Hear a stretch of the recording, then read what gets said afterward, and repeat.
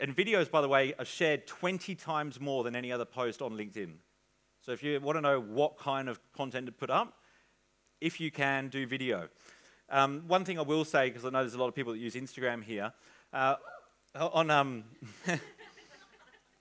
the question about whether you just do it on your mobile as opposed to professional, it's something that you need to think about from your target audience's perspective, because like when I was doing business with guys like Apple, or some of the banks, or some of the companies I wanted was clients were international companies, right?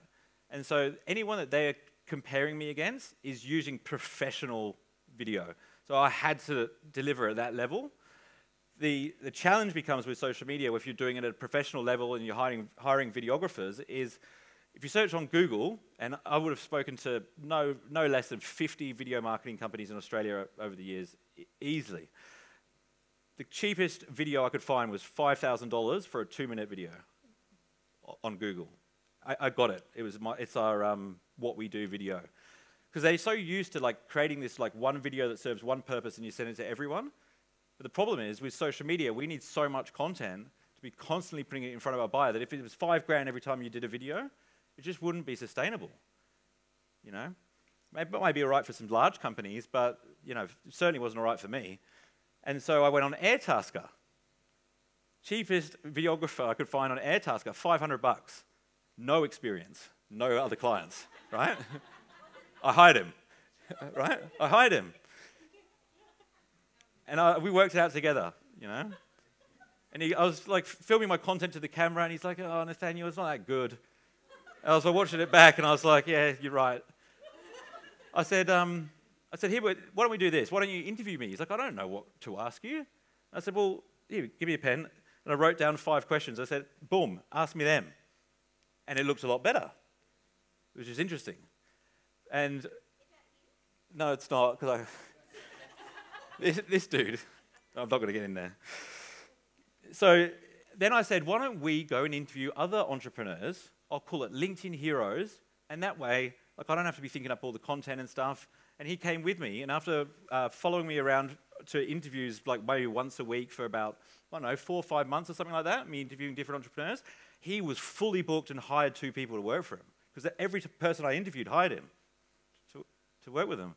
So, but still, $500 is a lot of money for one video, right? And so I'll constantly be thinking, how do I create a higher volume of content that's awesome, that's good value, that doesn't look like because you have to learn these skills. Like sitting in front of a camera talking is it's a bit nerve-wracking if you haven't done it before. Just professional people on TV and stuff go through like a whole university degree. Does anyone study PR or in media or anything like that?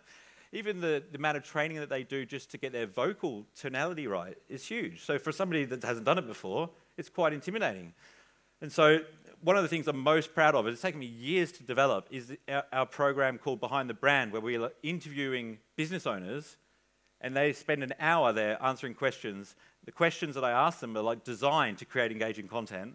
And so every answer is like a 2-minute video. So we can create 50 bits of content for a client with it just taking 1 hour of their time. So go there with the video guys, I interview them, I ask them the questions that I know creates engaging content. We chop it all up, 50 videos, 20 images, and they've got enough content to post for 4 months. I got the idea from Gary Vee. Does anyone know who Gary Vee is? Gary Vee, ladies and gentlemen. Legend on social media. Guess how many times he posts a day? 100. Yeah, he's got a whole team, that's right, yeah. But somebody that's getting that much feedback, going back to what I was saying before about the amount of feedback you get, knows a thing or two about how to create high quality content in a high volume. And so he put this deck out called the content model, or something like that, the slide deck. And he showed how he creates his content. So what he does is, like, if he does a talk or something like this, the video team film it, and then they chop it all up into 100 pieces of content, 50 bits of content. They label each video, and then he's got these social media posts to post for ages. Obviously, he's doing a lot of these keynotes, interviews, stuff like that. And I was thinking, yeah, well, my clients and me, we don't need to post 100 times a day, but it'd be good to get 100 pieces of content from just 1 hour, wouldn't it?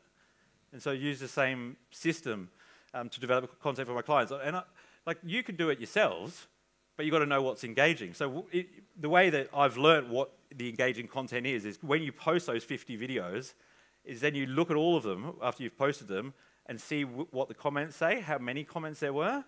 And then if you'll find like one topic, you've got way more comments than the other ones, and you will. There'll be things that resonate with people a lot more than the other stuff, like the questions that you ask, the answers that you give.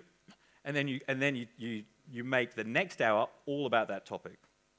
And so every time you do another batch of content, call it batch creation, you're optimizing. You're going like harder into whatever your audience is interested in. So I don't know if anyone watched Gary Vee's stuff when he started, but he was just talking about business. Now he talks about caring what other people think, relationships, parenting. And Cohen Ray did this as well. Like, they shifted their content based on the audience's insights. And I think that's why they're so successful. They're getting more feedback. They're getting feedback quicker than anyone else, and they're adjusting to the audience's insights rather than just what they want to talk about.